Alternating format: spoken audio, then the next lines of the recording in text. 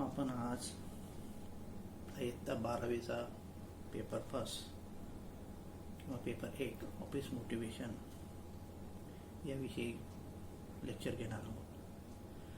तर त्याच्यातलं प्रकरण पहिलं किंवा चॅप्टर फर्स्ट आहे सभेसंबंधीची चिटणीसाची कार्य.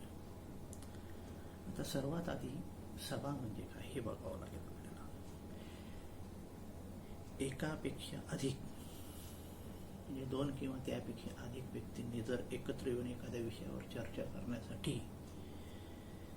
किंवा निर्णय घेण्यासाठी एकत्र येऊन बैठक घेतो तिला आपण सभा असं म्हणू शकतो. सभेला सर्वसाधारणपणे आपण जनरली मीटिंग हा शब्द असा वापरतो. आता मीटिंग म्हणजे काय? मीटिंग शब्द हा लॅटिन भाषा मेटा या शब्दातून आलेला आहे. मेटाचा अर्थ असा होतो की समोरासमोर येणे हा त्याचा अर्थ होतो. त्याच्यातून त्या मीटिंग शब्दाची उत्पत्ती झालेली आहे. आपण आपल्या व्यवसायामध्ये किंवा सर्वसाधारण याच्यामध्ये आपण सभा असा त्याचा उल्लेख करतो. आता सभा घेण्याचा उद्देश काय आहे की सभा तर एखादी सार्वजनिक कंपनी असेल तर त्या कंपनीमध्ये सर्वात आधी ती कंपनी उभा करण्यासाठी सार्वजनिक कंपनी उभं करण्यासाठी मोठ्या प्रमाणात भांडवलाची आवश्यकता भासते. साधारणतः 2 कोटी 3 कोटीचा एखादा सार्वजनिक प्रोजेक्ट असेल तर एक व्यक्ती ती सार्वजनिक कंपनी उभी करू शकत नाही. मग ती काय करते? भाग भांडवलाद्वारे पैसा जमा करण्यासाठी शेअर्स किंवा भाग विक्रीला काढले. ते भाग जे असतात ते सर्वसाधारण लोक विकत घेऊन त्या व्यवसाय किंवा ती संस्था चालू करण्यासाठी किंवा गुंतवणूक उभारण्यासाठी भागधारकांकडून ते जमा केलं. आता त्या जमा केल्यानंतर भागधारक जे असतात किंवा ज्याला आपण शेअर होल्डर जे असतात हे कंपनीचे मालक असतात. मग हे कंपनीचे मालक असल्यानंतर हे भागधारक अनेक प्रमाणात विखुरलेले असतात. त्याच्यामुळे ते प्रत्येक वेळेस ते मीटिंगमध्ये भाग घेणं किंवा त्या व्यवसायामध्ये बघणं त्यांना शक्य होत नाही. मग या भागधारकांमधून संचालक मंडळ निवडलं जातं. त्या संचालक मंडळातून अध्यक्ष किंवा चेअरमन निवडला जातो आणि मग हे संचालक मंडळ त्या सार्वजनिक कंपनीचं व्यवहार आर्थिक व्यवहार वगैरे असं बघतं. मग या बघितल्यानंतर हे प्रत्येक वेळेस संचालक मंडळ निवडून आल्यानंतर मग ते काय करतात? एका चिटणीसाची नेमणूक करतात ज्याला आपण सचिव म्हणतो.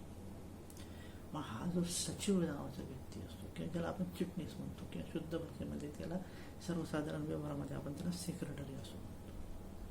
मग हे सर्व भागधारक जे मालक असतात त्यांना व्यवसायाची कल्पना देणं हे संचालकांची जबाबदारी असते. मग हे संचालकांनी तो नेमलेला चिटणीस असतो त्याच्याकडे हे कार्य दिलेलं असतं. मग आता चिटणीसाचे कार्य काय? मग चिटणीस करतो काय की सर्वसाधारण या भागधारकांबद्दल कंपनीचं ध्येय धोरण असतील, भविष्यकालीन धोरण योजना असतील, समस्या असतील, संचालक प्रगती काय केलेली आहे या सर्व गोष्टींचा अभ्यास या चिटणीसाला करावा लागतो. मग ह्या चिटणीस करतो काय?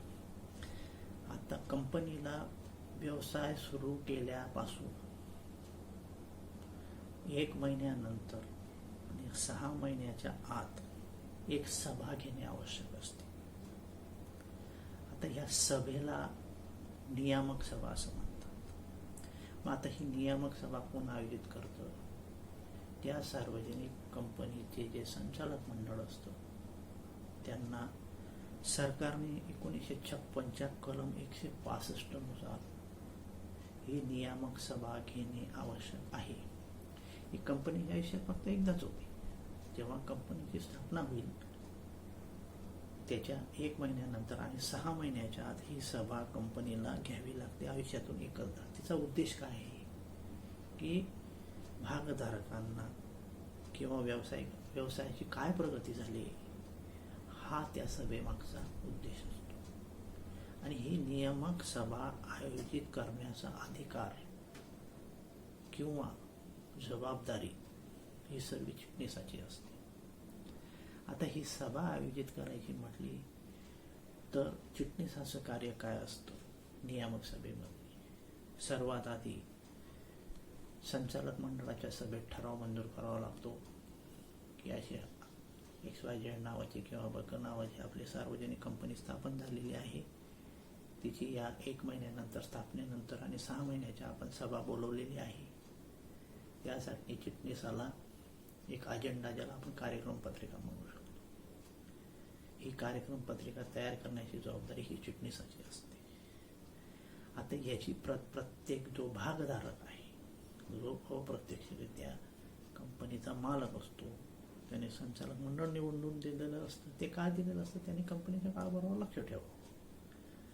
मग या संचालक मंडळाने मंजुरी दिल्यानंतर प्रत्येक भागधारकाला किंवा सभासदाला सभेच्या 21 दिवस अगोदर सभेचा अजेंडा, ज्याला आपण सभेची सूचना असं म्हणू शकतो, ही सूचना देण्याची जबाबदारी चिटणीसाची असते.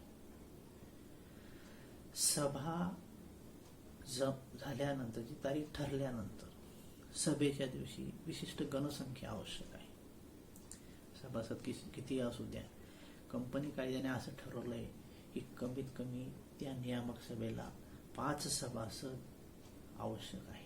5 पेक्षा जर ते सभासद कमी असतील तर ती सभा तहकूब करता येईल किंवा तहकूब आपोआप येईल. जेव्हा ती गणपूर्ती किंवा ती सभासदांची संख्या 5 होईल तेव्हाच ती सभा आयोजित करता येईल किंवा चालू करता येईल. जर या कंपनी कायदा कलम 165 नुसार जर तरतुदींचं पालन झालं नाही तर कंपनीच्या जबाबदार संचालकास किंवा अधिकारास 5,000 रुपयापर्यंत दंडाची शिक्षा ही होऊ शकते. कंपनीने ठराविक मुदत जी दिलेली आहे नियामक सभेची, कंपनीची स्थापना झाल्यापासून 1 महिन्याच्या नंतर आणि 6 महिन्याच्या आत जर ती सभा घेतली नाही तर सरकार कंपनीला विसर्जनाचा आदेश देऊ शकते. आता या नियामक सभेमध्ये सभासदांना ती 21 दिवस अगोदर प्रत पोचणे आवश्यक आहे, ज्याला आपण अजेंडा म्हणतो. त्याच्यामध्ये काय काय असतं? जमा खर्चाचा तपशील, काय काय करार केलेले, प्राथमिक खर्च, कंपनीचे व्यवस्थापकीय संचालक. मग ही मीटिंग चालू झालेली असताना सर्वात आधी सभेची सूचना दिल्यानंतर 5 गणपूर्ती संख्या आहे हे बघणं चिटणीसाचं काम आहे. प्रत्येक व्यक्तीची उपस्थिती, सह्या घेणे आवश्यक आहे. सह्या घेतल्यानंतर त्या नियामक जो अहवाल आहे कंपनीचा, प्रगतीचा असेल किंवा आढावा असेल, खर्च असेल, योजना असतील, माहिती असेल, अंदाजपत्रक असेल, याचं त्याला वाचन करावं लागतं. सभा सुरू असताना प्रत्येक गोष्टीचं, छोट्या छोट्या गोष्टींचं त्याला नोंद घेणे आवश्यक आहे. हे चिटणीसाचं सर्वात मोठं काम. सभा झाल्यानंतर, सभेमध्ये सर्व विषय झाल्यानंतर इतिवृत्ताचं लेखन, म्हणजे सभेमध्ये काय काय ठराव झाले, कुठल्या कुठल्या विषयांवर चर्चा झाली, कुठले कुठले ठराव झाले, कुठले कुठले अनुमोदन झाले, याचं सभा संपल्याच्या तारखेपासून 30 दिवसाच्या आत इतिवृत्ताचं लेखन करणं हे चिटणीसाला आवश्यक आहे. हे इतिवृत्ताचं लेखन दाखवल्यानंतर त्या सार्वजनिक कंपनीचा जो अध्यक्ष असेल, चेअरमन असेल, सभापती असेल, त्या अध्यक्षाची संमती घ्यावी लागते. तो चेअरमन असेल किंवा अध्यक्ष असेल तर पूर्ण इतिवृत्ताचं वाचन करतो. हे योग्य असेल तर त्याखाली तो सही करतो आणि हा विशेष ठराव संमत झाल्यानंतर याची प्रत वरच्या अधिकाऱ्यांना 3 दिवसाच्या आत ही सादर करावी लागते. ही नियामक सभा कंपनीच्या व्यवसायात एकचदा होते, पण ती आवश्यक आहे. दुसरी सभा असते वार्षिक सर्वसाधारण सभा. ही एका आर्थिक वर्षामध्ये साधारणतः एक सभा होती. आता आर्थिक वर्ष भारतामध्ये जनरली टोटल व्यावसायिक असतील, उद्योगधंदेवाले असतील, नोकरीवाले असतील, यांच्यासाठी सरकारने एक नियमावली ठरवून दिली. आर्थिक वर्ष हे आपलं 1 एप्रिल ते 31 मार्च असं असतं. या आर्थिक वर्षामध्ये कंपनी कायदा 1956 56च्या कलम 166 नुसार कंपनीला ही सभा भरवणे आवश्यक आहे. त्याचा उद्देश काय? प्रगती आणि कामकाजाचा आढावा घेणे, सभासदांना उपलब्ध करून देणे. एखादा संचालक निवृत्त झालेला आहे, त्याच्या जागी नवीन संचालक नेमावा लागेल. संचालकांचा वार्षिक अहवाल, हिशोब तपासणीचा अहवाल, आर्थिक विवरणे, लाभांश जाहीर करणे. तर लाभांश ज्याला आपण इंग्लिशमध्ये जनरली आपण वापरतो, डिव्हिडंड शब्द वापरतो. लाभांश म्हणजे काय? कंपनीने किंवा सार्वजनिक कंपनीने वर्षभरामध्ये सर्व खर्च वजा करून जो शुद्ध नफा उरेल, त्या नफ्यातून सभासदांना काहीतरी रक्कम लाभांश म्हणून देते. समजा उदाहरणार्थ 100 सभासद असतील आणि 100 रुपये नफा झालेला असेल सर्व खर्च वजा करून, असं आपण गृहीत धरू. एक उदाहरणार्थ 100 सभासद आहेत आणि टोटल व्यवसायाला 100 रुपये सर्व खर्च वजा करून नफा झालेला आहे. तर प्रत्येक सभासदाला 1-1 रुपया डिव्हिडंड देणे ही कंपनीची जबाबदारी. हिशोब तपासणी ज्याला आपण ऑडिट म्हणतो, प्रत्येक व्यवसाय, उद्योगधंद्या, साखर कारखाना, खाजगी उद्योग, शाळा, कॉलेज, व्यवसाय, व्यक्ती यांची हिशोब तपासणी करणे आवश्यक आहे. दरवर्षी हिशोब तपासणीची नेमणूक ही ज्या सार्वजनिक कंपनीला करावी लागते. मागील वर्षी असलेला हिशोब तपासणीचा असेल किंवा ऑडिटर असेल त्याला तुम्ही कंटिन्यू करू शकतात, परंतु तसा ठराव त्या मीटिंगमध्ये, वार्षिक सर्वसाधारणमध्ये, ज्याला आपण जनरल मीटिंग पण म्हणतो, बरेच लोक जनरल मीटिंग हा शब्द वापरला जातो, तर त्या हिशोब तपासणीची नेमणूक करणे, त्याचा मोबदला ठरवणे. कंपनीची वार्षिक सर्वसाधारण सभा ही कंपनीच्या नोंदणीपासून 18 महिन्याच्या आत बोलवली गेली पाहिजे. नियामक सभा मी काय सांगितलं, 1 महिन्यानंतर आणि 6 महिन्याच्या आत, आणि कंपनीच्या इतिहासात फक्त एकदाच नियामक सभा. परंतु वार्षिक सर्वसाधारण सभा ही दरवर्षी. पण जेव्हा सार्वजनिक कंपन्यांची स्थापना होईल तर त्या कंपनीच्या नोंदणीपासून 18 महिन्याच्या आत ही सभा बोलवली गेली पाहिजे. या मुदतीमध्ये कुठल्याही परिस्थितीत वाढ देता येत नाही. 18 महिने साधारणतः 1.5 वर्ष आपण म्हणतो. प्रत्येक वार्षिक सर्वसाधारण सभा आर्थिक वर्ष संपल्यानंतर 6 महिन्याच्या आत घेतली गेली पाहिजे. दरवर्षी प्रत्येक सार्वजनिक कंपनीला कंपनी कायदा 1956च्या 166 कलमनुसार वार्षिक सर्वसाधारण सभा ही आर्थिक वर्ष संपल्यानंतर 6 महिन्याच्या आत घेतली गेली. आर्थिक वर्ष हे 31 मार्च संपलं. 31 मार्च 6 महिन्यानंतर ती सभा कुठल्याही परिस्थितीत घेतली गेली पाहिजे. 2 वार्षिक सर्वसाधारण सभा ज्या होतील त्या दोघांमध्ये 15 महिन्यापेक्षा जास्त अंतर असता कामा नये. म्हणजे विशिष्ट सरकारने नियमावली ठरवून दिलेली. जर ती कंपनी नवीन स्थापन झाली असेल तर 18 महिन्याच्या आत पहिली बोलवा, आणि दरवर्षी त्याच्या पुढे दरवर्षी नेहमीप्रमाणे ज्या वर्षी 31 मार्चला आर्थिक वर्ष संपेल त्याच्यानंतर 6 महिन्याच्या आत ती वार्षिक सर्वसाधारण सभा घेणे आवश्यक आहे. त्याच्यानंतर दरवर्षी ती सभा 6 महिन्याच्या आत घेणे आवश्यक आहे. 2 सभांमध्ये 15 महिन्यापेक्षा अंतर जास्त असता कामा नये. सभा बोलवण्याचा अधिकार हा संचालक मंडळाचा असतो. या संचालक मंडळ विशिष्ट ठराव करून तो अधिकार चिटणीसाला देतो. तर चिटणीस मग तर मागच्या सभेपर्यंत म्हणजे प्रत्येक सभा जी कुठलीही असो ती सभासदांना सूचना किंवा ज्याला आपण अजेंडा म्हणतो तो 21 दिवसाच्या अगोदरच पाठवायला पाहिजे. प्रत्येक सभासदाला तो 21 दिवसाच्या अगोदर पोचला पाहिजे. त्याच्यामध्ये सूचनेबरोबर ज्याला आपण कार्यक्रम पत्रिका म्हणतो किंवा अजेंडा म्हणतो त्याच्याबरोबर कंपनीची वार्षिक विवरणे, वार्षिक अहवाल अशी सर्व कागदपत्र तिथं पाठवायची. वार्षिक सर्वसाधारण सभेचाही गणसंख्येचा तोच नियम आहे. 5 संख्या आवश्यक आहे. सार्वजनिक कंपनीला 5 सभासद संख्या असल्याशिवाय वार्षिक सर्वसाधारण सभा ही सुरू करता येत नाही किंवा चालू करता येत नाही. म्हणजे गणसंख्या ही 5. जर खाजगी कंपनी असेल तर खाजगी कंपनीला 2 सभासद असले तरी चालतात. ते त्याची तरतूद वेगळी आहे. आता सभाची जी वेळ ठरलेली असते सभेची, ते सभेच्या अर्धा तासाच्या आत गणपूर्ती संख्या जी आपण 5 सांगितली सार्वजनिक कंपनीसाठी उपस्थित न झाली, म्हणजे मीटिंगचा टाइम उदाहरणार्थ 12 वाजेचा ठरलेला आहे, तर 12:30 वाजेपर्यंत जर ती गणसंख्या अर्धा तासात जर तेवढे सभासद उपस्थित झाले नाहीत तर ती सभा तहकूब करण्यात येते. अशी सभा मग पुढच्या आठवड्यात त्याच दिवशी त्याच वेळी त्याच जागी घेण्यात येते. अशी सभा योग्य करण्यासाठी पुढे ढकलता येते किंवा रद्द करता येते. जर ती सभा बोलवली नाही तर संबंधित अधिकाऱ्याला कंपनी कायद्याच्या नियमानुसार 50,000 रुपयापर्यंतची दंडाची शिक्षा होऊ शकते. हा त्याचा नियम.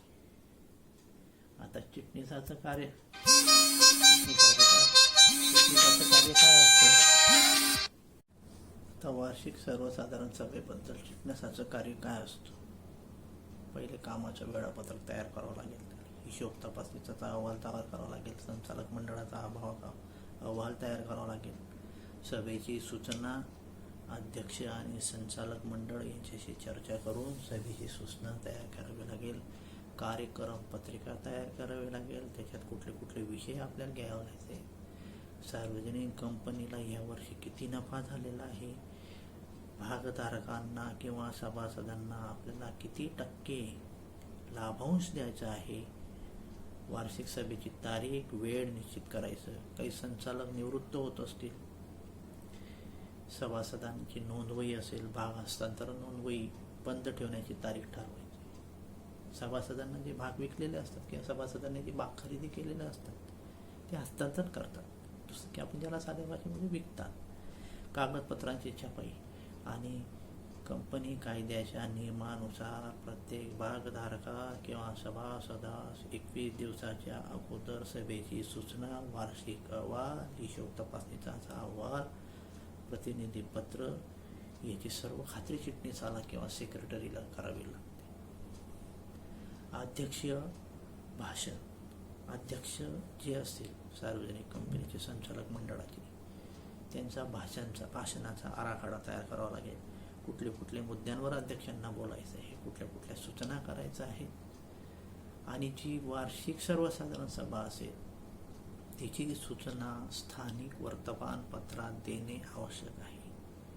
कारण प्रत्येक भागधारकास सभेची सूचना किंवा अजेंडा दिला जातो, तरीसुद्धा उद्या काही सभासदांना किंवा भागधारकांना तो अजेंडा काही कारणास्तव मिळाला नाही किंवा ज्याला आपण सभेची सूचना म्हणतो, तर ते सांगू शकतात की आम्हाला 21 दिवस अगोदर सभेचा अजेंडा मिळाला नाही, म्हणून वर्तमानपत्र किंवा ज्याला पेपर म्हणतो ते पेपरामध्ये प्रसिद्ध करणे फार आवश्यक आहे. नंतर वार्षिक सर्वसाधारण सभा मीटिंग करायची, त्याच्यात भागधारक मोठ्या संख्येने हजर असतात.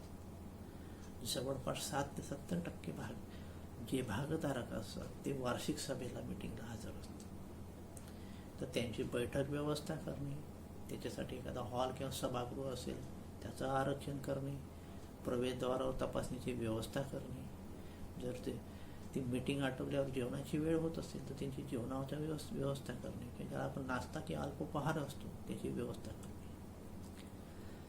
मग चिटणीसाचं कार्य काय? वार्षिक सर्वसाधारण सभा जेव्हा चालू होईल, सर्वात आधी चिटणीसाचं कार्य काय आहे की गणसंख्या आजमावणे.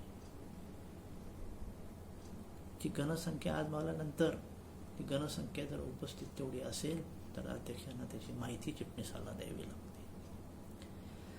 भागधारक किंवा सभासद जे उपस्थित आहेत त्यांची पुस्तकात सह्या घेण्याची व्यवस्था ही चिटणीसाला करावी लागते.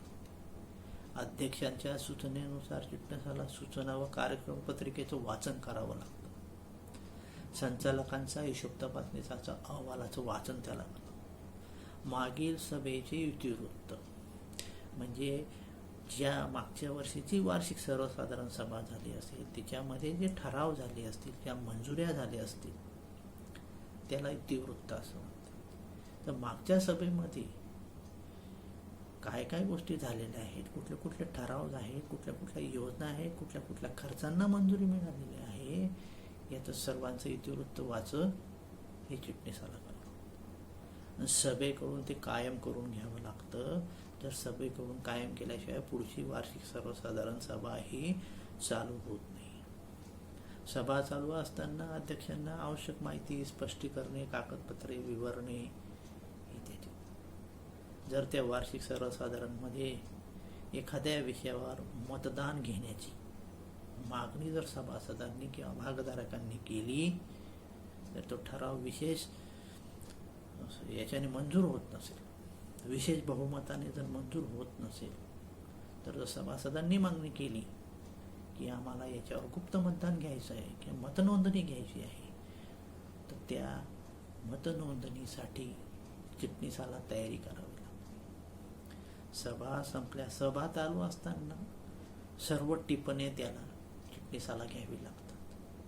ते टिपणे घेतल्यानंतर ही टिपणं का घेतो चिटणीस की सभा संपल्यानंतर त्याला इतिवृत्त तयार करायचं. इतिवृत्त तयार करतानंतर त्याचे टिपणं जे चालू सभेमध्ये घेतलेले असतील चिटणीसाने ते त्याला कामाशी येतील. मग सभा संपल्यानंतर काय करतो चिटणीस? इतिवृत्त तयार करणे 30 दिवसाच्या आत, म्हणजे हा नियमच आहे 1966 कलम 156 कलम नुसार 30 दिवसाच्या आत इतिवृत्त तयार करणे आवश्यक आहे. जर जो काही लाभांश ठरलेला आहे सभासदांना, त्याचे जे पत्र आहे ते तयार करण्याचं काम चिटणीसाला करावं लागतं, ज्याला लाभांश आदेपत्र लावावं. वार्षिक विवरणे, हिशोब पत्रके, नोंदणी अधिकाऱ्याला जे मीटिंगमध्ये ठरलेलं आहे किंवा जे सभेमध्ये ठरलेलं आहे, नोंदणी अधिकाऱ्याकडे 60 दिवसाच्या आत हे सर्व चिटणीसाला द्यावं लागतं. विशेष ठरावाची नोंदणी असेल 30 दिवसाच्या. मित्रांनो, चिटणीसाचं कार्य जे आहे म्हणजे कंपनीच्या एक जबाबदार व्यक्ती म्हणूनच त्या चिटणीसाकडे बघितलं जातं. चिटणीसाचं हे कार्य फार मोठं आहे. म्हणजे मीटिंग आयोजित करायची असली, इतिवृत्त तयार करण्यापासून तर सभेची नोंदणी, सभेची व्यवस्था, या सर्व गोष्टींचं चिटणीसांचं हे काम महत्त्वाचं असतं. तर आपण आज याच्यामध्ये सभा काय असते हे शिकलो. तर नियामक सभा काय असते हे शिकलो. नियामक सभा ही कंपनीच्या आयुष्यात फक्त एकदाच होती, ती परत होत नाही. आणि वार्षिक सर्वसाधारण सभेमध्ये चिटणीसाची काय काय कार्य आहेत हे आपण आज या लेक्चरमध्ये शिकलो. पुढच्या लेक्चरमध्ये आपण विशेष सर्वसाधारण सभा म्हणजे काय हे शिकणार आहोत. आणि संचालक मंडळांची सभा, संचालकांची सभा, त्यांच्या तरतुदी, या गोष्टी आपण त्याच्यात शिकणार.